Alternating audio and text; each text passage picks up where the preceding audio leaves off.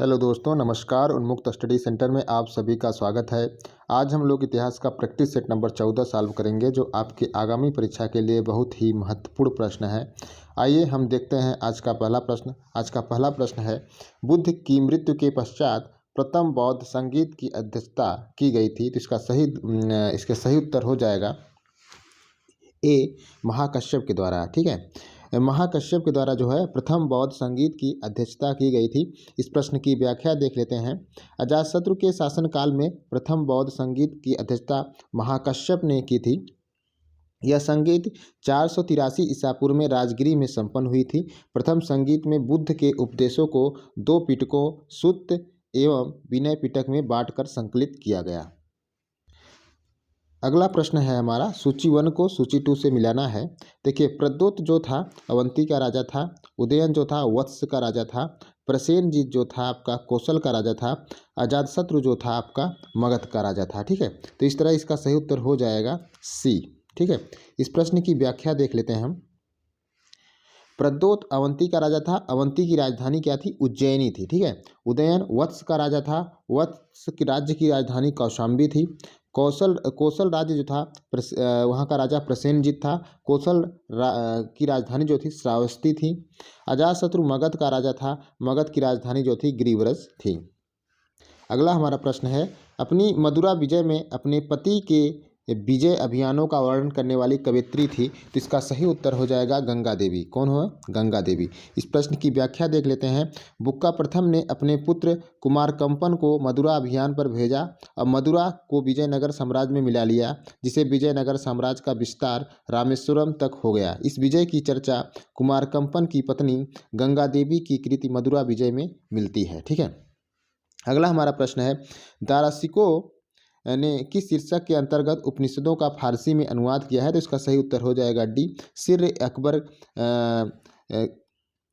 शीर्षक से जो है उपनिषदों का फारसी अनुवाद किया गया है। इस प्रश्न की व्याख्या देख लेते हैं हम। दाराशिको शाहजहां का सबसे बड़ा पुत्र था। इसने 52 उपनिषदों का फारसी में अनुवाद किया, जिसको सिर अकबर के नाम से जाना जाता है। उसी के अनुवाद के माध्यम से 18वीं सदी में यूरोप में उपनिषदों की जानकारी हुई। दाराशिको ने भगवद गीता योग वशिष्ठ का फारसी भाषा में अनुवाद किया था। उसकी प्रसिद्ध पुस्तक है मज्म उल बहरीन, दो महासागरों का मिलन। अगला हमारा प्रश्न है, बनारस एवं इलाहाबाद के तीर्थ यात्रा कर की समाप्ति के लिए किसने मुगल बादशाह के सामने बनारस के पंडितों का नेतृत्व किया था? तो इसका सही उत्तर हो जाएगा सी, कविंद्राचार्य। कविंद्राचार्य जो थे वह मुगल बादशाह के सामने बनारस के पंडितों का नेतृत्व किया था। इस प्रश्न की व्याख्या देख लेते हैं हम। मुगल सम्राट अकबर ने 1563 ईस्वी में तीर्थ यात्रा कर समाप्त कर दिया था, परंतु शाहजहां ने इस तीर्थ यात्रा कर को दोबारा शुरू कर दिया, परंतु बनारस के संत कविंद्राचार्य के कहने पर उसे तीर्थ यात्रा कर को वापस ले लिया था। अगला प्रश्न है हमारा, सर्वप्रथम लोक निर्माण विभाग की स्थापना की थी। तो इसका सही उत्तर हो जाएगा डी, फिरोज शाह तुगलक। फिरोज शाह तुगलक जो थे सर्वप्रथम लोक निर्माण विभाग की स्थापना की थी। इस प्रश्न की व्याख्या देख लेते हैं। सल्तनत काल में सर्वप्रथम फिरोज शाह तुगलक ने सर्वप्रथम लोक निर्माण विभाग की स्थापना की। नगर एवं सार्वजनिक निर्माण कार्यों के अंतर्गत सुल्तान ने लगभग 300 नए नगरों की स्थापना की, जिसमें हिसार, फिरोजाबाद, फतेहाबाद, जौनपुर, फिरोजपुर आदि प्रमुख हैं। अगला हमारा प्रश्न है, किस इतिहासकार ने दीन ए इलाही को धर्म कहा? तो इसका सही उत्तर हो जाएगा बी, अब्दुल कादिर बदायूनी ने दीन ए इलाही को धर्म कहा था। इस प्रश्न की व्याख्या देख लेते हैं। मुगल सम्राट अकबर द्वारा दीन ए इलाही धर्म की स्थापना 1582 ईस्वी में की गई थी। बीरबल इस धर्म को स्वीकार करने वाला पहला एवं एकमात्र हिंदू था। अब्दुल कादिर बदायूनी के अनुसार अकबर धीरे धीरे इस्लाम से दूर हो गया और उसने हिंदू, ईसाई, पारसी इत्यादि धर्मों को मिलाकर एक नए धर्म की स्थापना की, जिसका नाम था दीन ए इलाही रखा गया। अगला हमारा प्रश्न है, किस बादशाह के अंतर्गत मुगल सेना में सर्वाधिक हिंदू सेनापति थे? तो इसका सही उत्तर हो जाएगा डी, औरंगजेब। औरंगजेब के सेना में जो है सर्वाधिक हिंदू सेनापति थे। इस प्रश्न की व्याख्या देख लेते हैं। औरंगजेब के शासनकाल में मुगल सेना में सर्वाधिक हिंदू सेनापति थे। सैनिक सरदारों को अधिक मनसब देने के कारण हिंदू सेनापतियों की संख्या में काफ़ी वृद्धि हुई थी और औरंगजेब के समय में हिंदू मनसबदारों की संख्या लगभग 33% थी, जबकि शाहजहां के समय यह मात्र 24.7% थी। अगला हमारा प्रश्न है, किस सल्तनत काल में डाक व्यवस्था का विस्तृत विवरण दिया गया है? तो इसका सही उत्तर हो जाएगा इब्न बतूता। इब्न बतूता जो है वह सल्तनत काल के डाक व्यवस्था का विस्तृत विवरण दिया है। इस प्रश्न की व्याख्या देख लेते हैं। मोरक्को वासी यात्री इब्न बतूता ने 1333 ईस्वी में मुहम्मद तुगलक के समय भारत आया। उसने अपनी रचना किताबुल रेहला में अपना यात्रा वृत्तांत लिखा। 1333 ईस्वी से लेकर 1342 ईस्वी तक की भारत की राजनीतिक गतिविधियों एवं सामाजिक परिस्थितियों का इस पुस्तक में वर्णन है। इसके अतिरिक्त इसने अपनी पुस्तक में विदेशी व्यापारियों के आवागमन, डाक चौकियों की स्थापना, गुप्तचर व्यवस्था आदि की भूरी भूरी प्रशंसा की है। अगला प्रश्न है हमारा, किसने एक तरफ संस्कृत मुद्रालेख के साथ चांदी के सिक्के निर्गत किए? तो इसका सही उत्तर हो जाएगा महमूद गजनी ने। ठीक है, इस प्रश्न की व्याख्या देख लेते हैं। महमूद गजनी ने संस्कृत मुद्रालेख के साथ चांदी के सिक्के निर्गत किए थे और महमूद गजनवी द्वारा ही लक्ष्मी प्रकार के चांदी के सिक्के जारी किए गए। अकबर ने जलाली सिक्के चलाए थे। ठीक है, अगला हमारा प्रश्न है, कल्हड़ की राजतरंगी को किसने आगे बढ़ाया? तो इसका सही उत्तर हो जाएगा डी, जोनराज एवं श्रीवर ने जो थे ये कल्हड़ की राजतरंगिणी को आगे बढ़ाया था। इस प्रश्न की व्याख्या देख लेते हैं। कल्हड़ की राजतरंगिणी को जोनराज, प्रज्ञा भट्ट, श्रीवर ने आगे बढ़ाया था। जोनराज एवं श्रीवर द्वारा द्वितीय राजतरंगिणी की रचना की गई थी। जोनराज द्वारा रचित द्वितीय राजतरंगिणी में 1149 से 1450 ईस्वी तक के कश्मीर इतिहास की जानकारी मिलती है। श्रीवर द्वारा रचित जैना राजतरंगिणी से 1459 से 1486 ईस्वी तक के कश्मीर के इतिहास की जानकारी मिलती है। अगला हमारा प्रश्न है, सरकी सुल्तानों के शासनकाल में निम्न स्थानों में से किस पूर्व का सिराज कहा जाता है? तो इसको किसे पूर्व का सिराज कहा जाता है? तो इसका सही उत्तर हो जाएगा जौनपुर। जौनपुर को जो है पूर्व का सिराज कहा जाता है। इस प्रश्न की व्याख्या देख लेते हैं। सरकी सुल्तानों की सांस्कृतिक उन्नति के कारण जौनपुर को पूर्व का सिराज कहा जाता है। सरकी कला के महत्वपूर्ण उदाहरण अटाला मस्जिद, जामा मस्जिद, लाल दरवाज़ा मस्जिद है। अगला प्रश्न है, कौन सा मकबरा द्वितीय ताजमहल कहलाता है? तो इसका सही उत्तर हो जाएगा सी, राबिया उद दौरानी का जो मकबरा है वह द्वितीय ताजमहल कहलाता है। इस प्रश्न की व्याख्या देख लेते हैं। 1678 ईस्वी में औरंगजेब ने अपनी बेगम राबिया उद दौरानी की स्मृति में औरंगाबाद में एक मकबरे का निर्माण करवाया, जिसे राबिया उद दौरानी का मकबरा कहा जाता है। चूँकि यह मकबरा ताजमहल से प्रेरित है इसलिए इसे द्वितीय ताजमहल भी कहा जाता है। अगला प्रश्न है, निम्नलिखित में सबसे बाद में क्या हुआ? तो इसका सही उत्तर हो जाएगा बी, बंगाल का विभाजन। ठीक है, देखिए हड़प नीति जो डलहौजी की नीति थी 1848 में हुई थी। ठीक है, अस्थाई बंदोबस्त जो आपका लॉर्ड कर्जन के द्वारा हुआ था 1905 में हुआ था और अस्थाई बंदोबस्त जो था लॉर्ड कॉर्नवालिस के द्वारा जो है वह 1793 ईस्वी में हुआ था। सहायक संधि जो वेलेजली के द्वारा 1801 ईस्वी में हुआ था। ठीक है, अगला हमारा प्रश्न है, बाल विवाह प्रथा को नियंत्रित करने हेतु 1872 में सिविल मैरिज एक्ट ने लड़कियों की विवाह की न्यूनतम उम्र निर्धारित की। तो इसका सही उत्तर हो जाएगा 14 वर्ष। ठीक है, इस प्रश्न की व्याख्या देख लेते हैं। बाल विवाह को रोकने के लिए केशव चंद्र सेन ने अथक प्रयास किया। इनके प्रयासों से 1872 ईस्वी में सिविल मैरिज एक्ट बना। इस एक्ट के अनुसार लड़कियों के विवाह की न्यूनतम उम्र 14 वर्ष, लड़कों की विवाह की न्यूनतम उम्र 18 वर्ष निर्धारित की गई। अगला हमारा प्रश्न है, फारसी साप्ताहिक मिरातुल अखबार को प्रकाशित करते थे। तो इसका सही उत्तर हो जाएगा बी, राजा राम मोहन राय जो थे वह साप्ताहिक जो फारसी साप्ताहिक मिरातुल अखबार को ये प्रकाशित करते थे। इस प्रश्न की व्याख्या देख लेते हैं।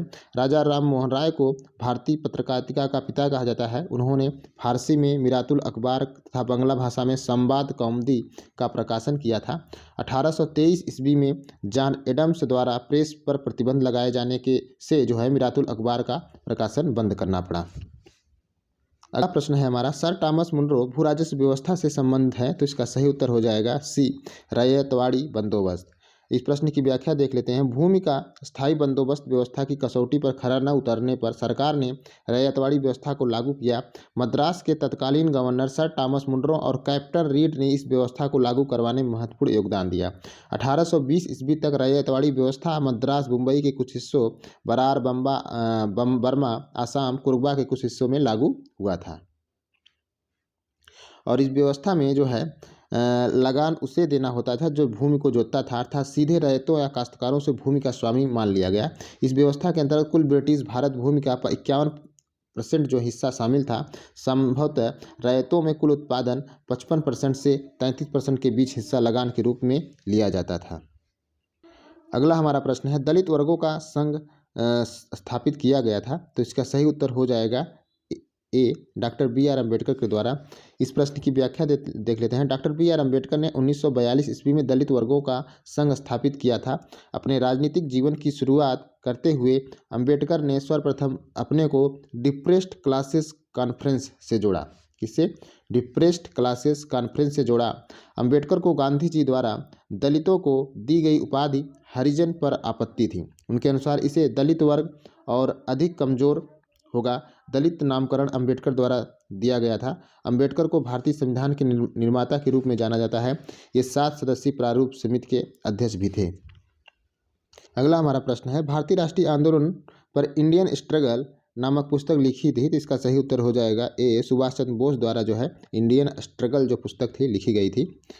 इस प्रश्न की व्याख्या देख लेते हैं। निम्नलिखित में किसने मोहम्मद अली जिन्ना को हिंदू मुस्लिम एकता का दूत कहा था, तो इसका सही उत्तर हो जाएगा ए, सरोजनी नायडू को। ठीक है, मोहम्मद अली जिन्ना को हिंदू मुस्लिम एकता का दूत कहा था सरोजनी नायडू ने। इस प्रश्न की व्याख्या देख लेते हैं। 1906 ईस्वी में मोहम्मद अली जिन्ना ने जितनी सभाओं में भाषण दिया था उसमें राष्ट्रीय एकता पर बल दिया था। इससे प्रभावित होकर सरोजनी नायडू ने जिन्ना को हिंदू मुस्लिम एकता का दूत कहा था। अगला हमारा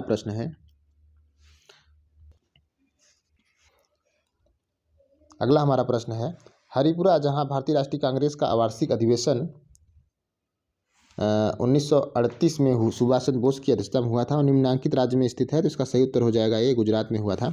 इस प्रश्न की व्याख्या देख लेते हैं हम। 1938 में कांग्रेस के हरिपुरा अधिवेशन में सुभाष चंद्र बोस को अध्यक्ष बनाया गया। हरिपुरा गुजरात राज्य में स्थित है। 1939 में त्रिपुरी अधिवेशन में गांधी जी के विरोध के बाद भी सुभाष चंद्र अध्यक्ष पद के लिए चुन लिए गए। कांग्रेस कार्यकारिणी के निरंतर विरोध के कारण सुभाष चंद्र बोस ने अध्यक्ष पद से त्यागपत्र दे दिया। उसके बाद इन्होंने फॉरवर्ड ब्लॉक के नाम से एक नई पार्टी गठित की। अगला हमारा प्रश्न है, एक साप्ताहिक के रूप में यंग इंडिया का आरंभ किया था, तो इसका सही उत्तर हो जाएगा इसका सही उत्तर ए हो जाएगा, होम रूल पार्टी। ठीक है, होम रूल पार्टी जो है ये, इस प्रश्न की व्याख्या देख लेते हैं। यंग इंडिया नामक साप्ताहिक पत्रिका का प्रारंभ होम रूल पार्टी ने किया था। गांधी जी के दक्षिण अफ्रीका से भारत आने पर लोगों को सत्याग्रह का रहस्य समझाने के लिए अहमदाबाद में यंग इंडिया नामक साप्ताहिक पत्र का संपादन 1919 ईस्वी में